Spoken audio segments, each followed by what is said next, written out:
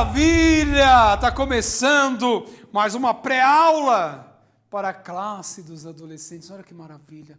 Para mim, a classe mais linda que existe. E seja bem-vindo. Seja bem-vindo aí, você professor, professora, aluno, você que está nos assistindo pela primeira vez, seja bem-vindo. Deus abençoe, e eu não posso deixar de pedir para você se inscreva no nosso canal ADC Educacional. Estamos atingindo aí 13 mil inscritos. Olha que beleza. Compartilhe para os professores das outras faixas etárias. Nós temos aí maravilhosos professores. Meu Deus, eu assisto as outras pré-aulas e aprendo muito. É muito legal. O mais ruinzinho aqui sou eu.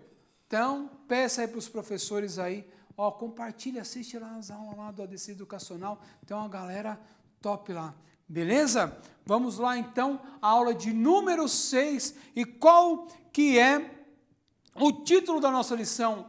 Aprendendo com a carta de Tiago. Tivemos aí a aula 5 maravilhosa, um panorama sobre a carta de Tiago, e que maravilha! Eu falei aqui para os professores da semana passada que devia ser um trimestre todo aí, com a carta de Tiago, que eu estou aprendendo muito. Uma das coisas é, fala menos e ouve mais, linguarudo.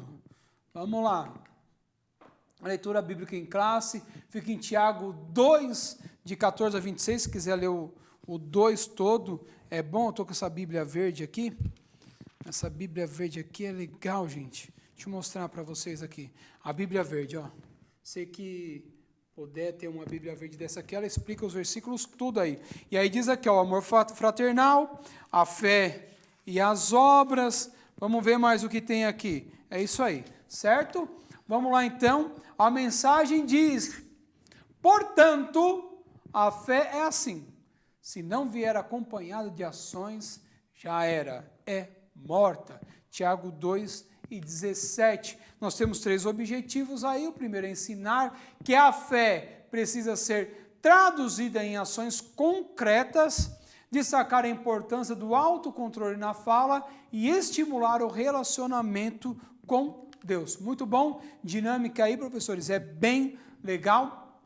Você vai iniciar a sua aula com uma oração, e aí você ora e pede a Deus para que dê mais fé aos seus alunos, para que essa fé deles se transforme em obras, e aí você vai dar uma recapitulada na lição anterior, relembrando aí os aspectos gerais da carta de Tiago. Aí durante essa exposição do primeiro tópico ali que nós vamos ver, então você tem a opção em fazer essa dinâmica no início da aula ou quando você estiver iniciando o ponto 1, certo? Aí apresente a questão da importância do cristão a ter uma prática coerente de fé, né? E aí depois você vai deixar eles falar e tudo, o que é fé e como que é a fé com obras e tal. Dê oportunidade para todos os alunos falar, desde aquele mais falador, você dá uma segurada nele, ouve mais, e aquele que não fala nada, dê oportunidade para ele, aquele mais tímido, né? Aquele introvertido ali, você também, para que todos participem, né? E aí você vai aplicar essa questão do tópico 1 aí com eles, certo? Então, a introdução da nossa lição, aí diz que nós trataremos hoje de 3 grandes desafios, que a fé manifesta através de obras, o controle necessário da língua e a importância de nos relacionarmos com Deus. São 3 pontos, professores, principais aí para a manutenção da nossa salvação. É isso aí, porque nós temos que fazer ali, controlar a língua para não magoar o irmão, para não falar demais. Nós temos que ter fé, porque sem fé é impossível agradar a Deus, e também a fé sem obras, ela é morta. Então nós temos que ali, caminhando. Você pensa, que ser crente é fácil? Não é fácil não, mas depois compensa. Então, você terá a oportunidade de compartilhar sua experiência com os demais alunos na sala, e lembre-se, que compartilhar o que Deus está fazendo em sua vida pode encorajar os seus amigos a se manterem fiéis em Deus. Gente, a manutenção da fé e você mostrar o que está acontecendo em sua vida, as obras que Deus tem feito na sua vida, isso estimula a fé dos outros irmãos. Nós temos um trecho muito legal na Bíblia daquela mulher que ficou viúva e tinha 2 filhos. Aí o marido, ao invés de deixar ela com uma boa herança, deixa ela socada de dívida. Aí chega o cara lá, eu vim pegar os meninos aí, vou levar de escravo, ai meu Deus do céu, e tal. E aí nós vemos que ela vai e procura o profeta, aí ela ouve o profeta, faz tudo aquilo que tinha que fazer, encheu um monte de pote de azeite, aquele montaréu de coisa e tudo mais. E aí ela pega e volta para testemunhar, o milagre está feito, e agora o que eu faço? Para aumentar a fé. Todo mundo pensou, aí já era essa daí, vai morrer de fome, vão levar os filhos dela e acabou a vida dela. Mas Deus opera um milagre e ao invés só de ela pagar a dívida dela, ainda ela viveu do resto. Olha só que legal. Então, isso, professores, motiva a nossa fé. Pô, puxa vida, Deus não fez só aquilo que ela precisava momentâneo, Ele cuidou da vida dela aí, o resto da vida dela, né? Até a morte, olha que legal. Então nós temos aí, professores, que testemunhar as maravilhas de Deus, para quê? Para que a fé das pessoas seja exercitada, expressando a fé em ações, o primeiro ponto aí. Você já imaginou um forno que não assa, ou um tempero que não tempera? Não tem, né? Não tem lógica. Esse ponto aí é bem legal, professores.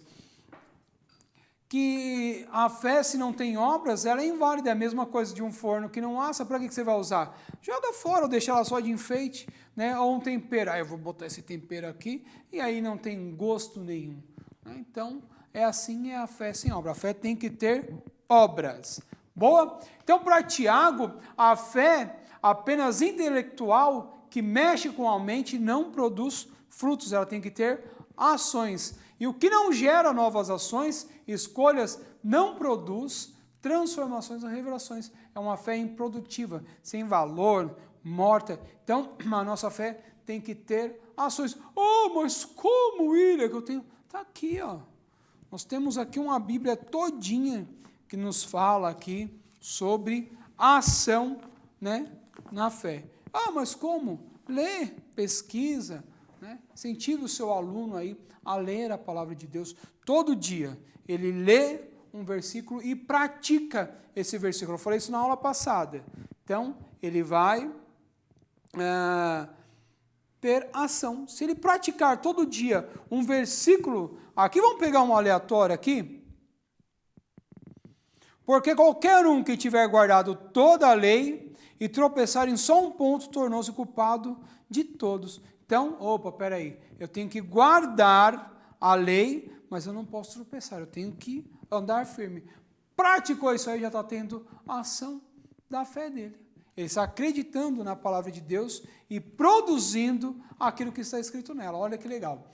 Então, nós precisamos de fazer algo a mais do que dizer que cremos em Jesus. Nós temos que falar dele, nós temos que mostrar com ações o quão importante é Deus para nós. Certo? Então, a verdadeira fé em Cristo combinará necessariamente com a confiança profunda em Deus e frutos perspectíveis na vida cristã. Então, quando nós cremos em Deus e cumprimos o que está na palavra dele, aí nós geramos frutos, aí nós somos uma árvore frutífera, não aquela figueira lá que não dava nada. Certo?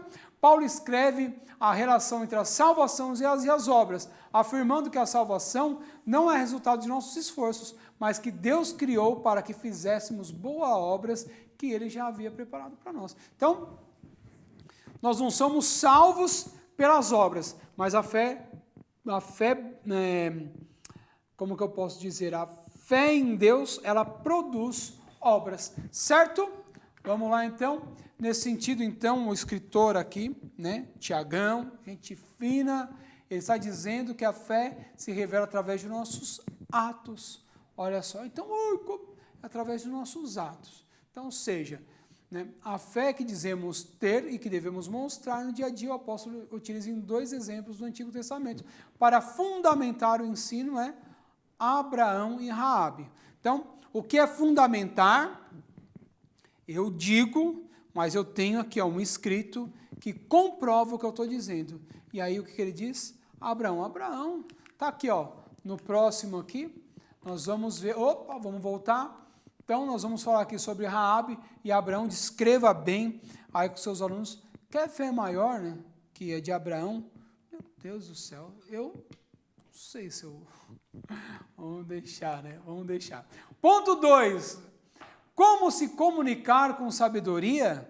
Olha só, ouvir mais e falar menos. Um dos temas mais abordados, professores, por Tiago, é a sabedoria no falar. Para tal, precisamos aprender a controlar a nossa própria língua. Ixi, aí, professor, aí é dureza. Controlar a língua não é fácil. É difícil demais. Mas nós temos que controlar ela.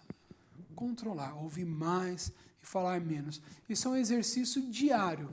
Não ir pelo impulso. Não ir por instinto. Mas contar até 10. Respirar é difícil? Demais. Mas se a gente faz isso, nós somos abençoados por Deus e bem vistos pelas pessoas. Eu me lembro que eu tinha um professor que falava assim, não liguem para o que os outros pensam de você. Faça o que você quiser. Mas não. As pessoas têm que ter uma boa perspectiva de você. Tem que olhar para você e ver um cristão. Opa, eu quero ser igual a ele. O que eu falo muito aí para os adolescentes aí, professores, é assim, você tem que ser aquela pessoa que a mãe dos seus colegas querem que o filho ande junto. Então, não, meu filho vai lá com o William lá. Não, beleza, o William é um menino bom, pode ir. Não, o William pode ir sem medo, não tem problema, eu sei que não vai... É esse aí que tem que ser, ou senão, vai sair com o William, não. Com o William não, aquele ali, não vale nada. Então, qual que você quer que seja, né? Deus quer que seja aquele, que você seja aquele que a mãe do seu amigo quer que esteja junto com ele. Não, o menino é uma benção, é top. A língua como freio e leme. Top esse ponto aí, viu, professores?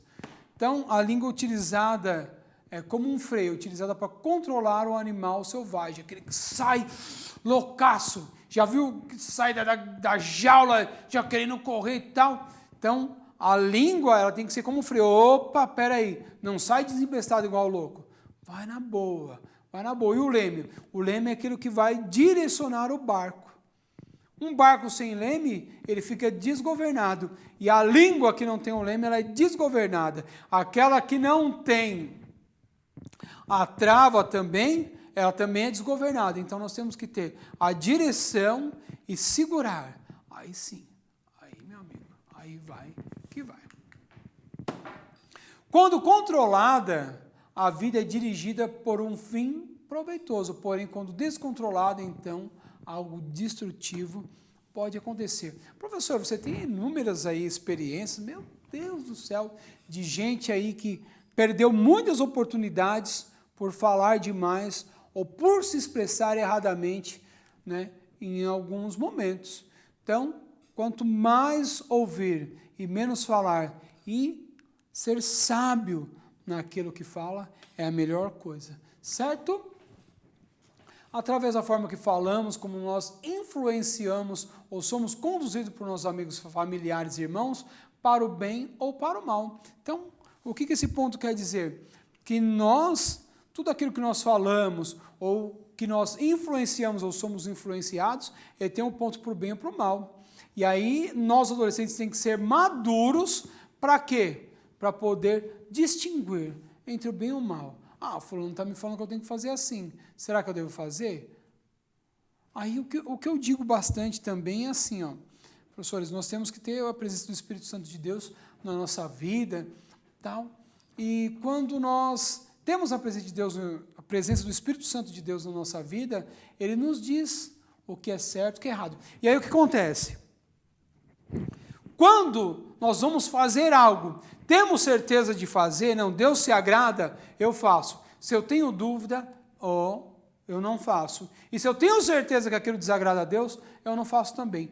Então só faça aquilo que você olha assim e fala assim, será que Deus se agradaria desse ato que eu vou tomar? Sim. Então beleza. Então eu faço. Será? Não, então deixa quieto. A língua como fogo e veneno, ali ó, 3, de 6 a 8. Que doideira, hein? A língua é terrível, hein? A avó da minha esposa, quando alguém fala alguma coisa, ô língua felina, tem que tomar cuidado com a língua felina. Vamos lá então, aqui ó, o capítulo 3 fala sobre a língua, sobre sabedoria, olha só, que interessante. Então, da mesma forma que uma pequena chama pode incendiar uma grande floresta e apenas um pouco de veneno pode levar à morte, assim a língua, quando desgovernada, ela é capaz de gerar destruição por onde passa. Então, professores, nós temos que passar aí para os nossos adolescentes que eles têm que pensar muito antes de dizer, porque uma palavra jogada ao vento, depois, meu amigo, não tem o que fazer. Tem eu acabei de me lembrar, tem uma história legal de que uma pessoa falou de uma outra lá e difamou a pessoa, acabou com ela, e não era isso. Mas aí saiu falando para todo mundo, e todo mundo teve uma impressão errada dessa pessoa, mas que não era verdadeira. Aí depois ela viu, ai, falei bobeira, meu amigo, vem aqui, me perdoa, me perdoa. Não, beleza, eu perdoo. Mas sabe o que acontece? Antes disso aí, eu tenho um desafio para você. Aí eu te perdoo mesmo. Tá, beleza. Pegou, subiu num monte, rasgou folha de papel, estava um ventania, ele jogou. Aí espalhou. Agora você junta tudo isso aí, bem bonitinho, pedacinho por pedacinho, emenda eles todos e me traz aqui como se não tivesse acontecido nada.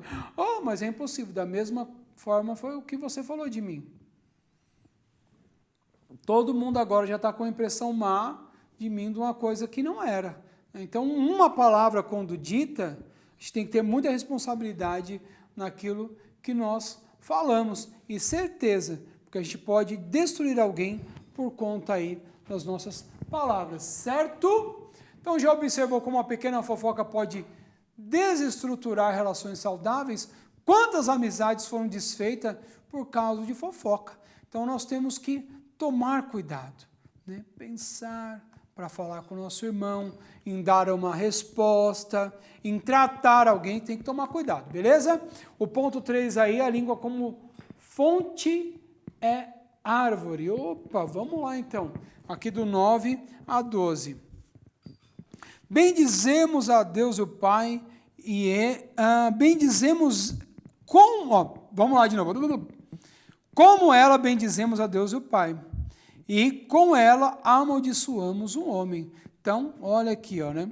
Os quais são feitos à semelhança de Deus. Então, nós podemos abençoar, como também amaldiçoar. Então, que a nossa língua, a partir dessa aula aí, seja usada só para abençoar, certo?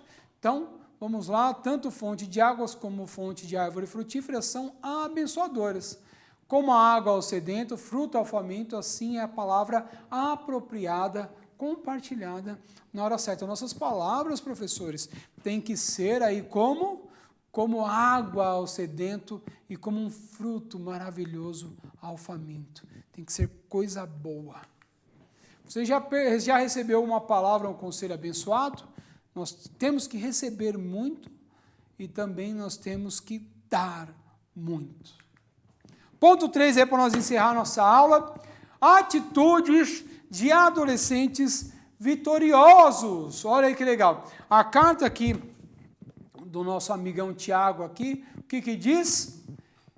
Quem quiser ser amigo do mundo se torna inimigo de Deus. Então não tem como eu ser amigo do mundo e amigo de Deus. Não tem como.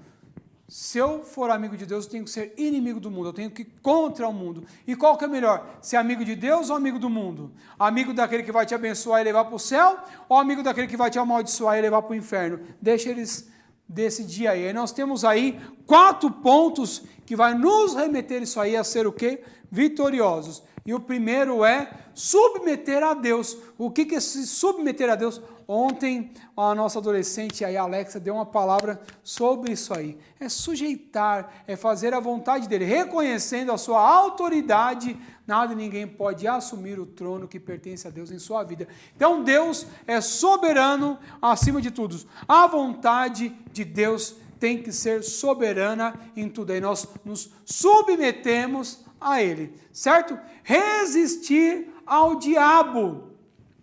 Não vou pecar. Deu vontade? Claro que vai dar nossa, vai dar muita vontade de pecar. Ai, Deus, que vontade de pecar, meu, nossa.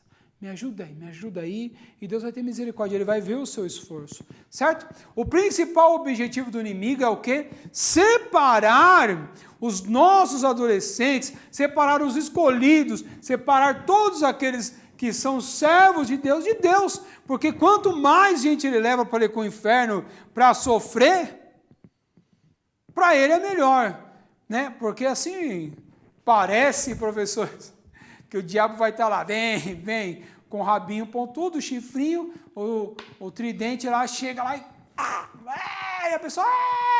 Não, ele vai sofrer junto também. E ele quer levar com ele muito mais pessoas. Só que aquele que está lá no mundo já é dele. Então ele está procurando dentro da igreja.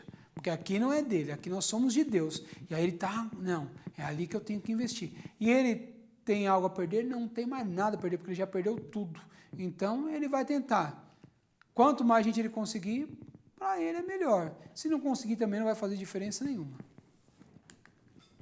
Aproximar-se de Deus. Busca Deus da maneira como você pode. Então, o que é aproximar de Deus? Eu falo para os adolescentes ali, gente, leia todo dia um versículo, aplica na sua vida e faça uma oração. Precisa de você orar 1 hora, 2 horas? Não. Precisa de você ficar, oh meu Pai, estou aqui prostrado aos seus pés. Não precisa. Faça uma oração simples, abra o seu coração com Deus, converse com Ele, como se você estivesse conversando com seu Pai. A gente, converse com Deus aí de qualquer forma. Não, nós temos que ter reverência e respeito a Deus, como nós nos portamos ao nosso Pai. Um senhor, tal. Então, como um amigo, mas respeitando, como um pai que ele é. E humilhar-se perante Deus. É reconhecer nossa situação super, mega, hiper inferior, mas falar, Deus, eu estou aqui nas suas mãos. Admita a sua dependência plena dele. Deus, se não for o Senhor, eu estou perdido. Mas me ajuda, eu quero pecar demais. Eu quero sair pecando para todo lado e fazendo um monte de coisa errada, mas eu não posso. Então me ajude a ser fiel. Beleza, meus irmãos? Então a conclusão do nosso aula de hoje aí é mostrar a fé através das obras e o compromisso básico de todos os cristãos. Então a fé através de obras é o nosso compromisso básico, certo? E uma vida sob o controle do Espírito Santo tem frutos no falar, no agir e nos relacionamentos. Lembre-se que você é sal na terra e luz do mundo. Amém, meus irmãos? Que Deus abençoe a sua vida, a sua família, suas aulas, seus alunos e tudo que você colocar à mão seja próspero em nome do Senhor Jesus. Até a próxima aula. Tchau, tchau.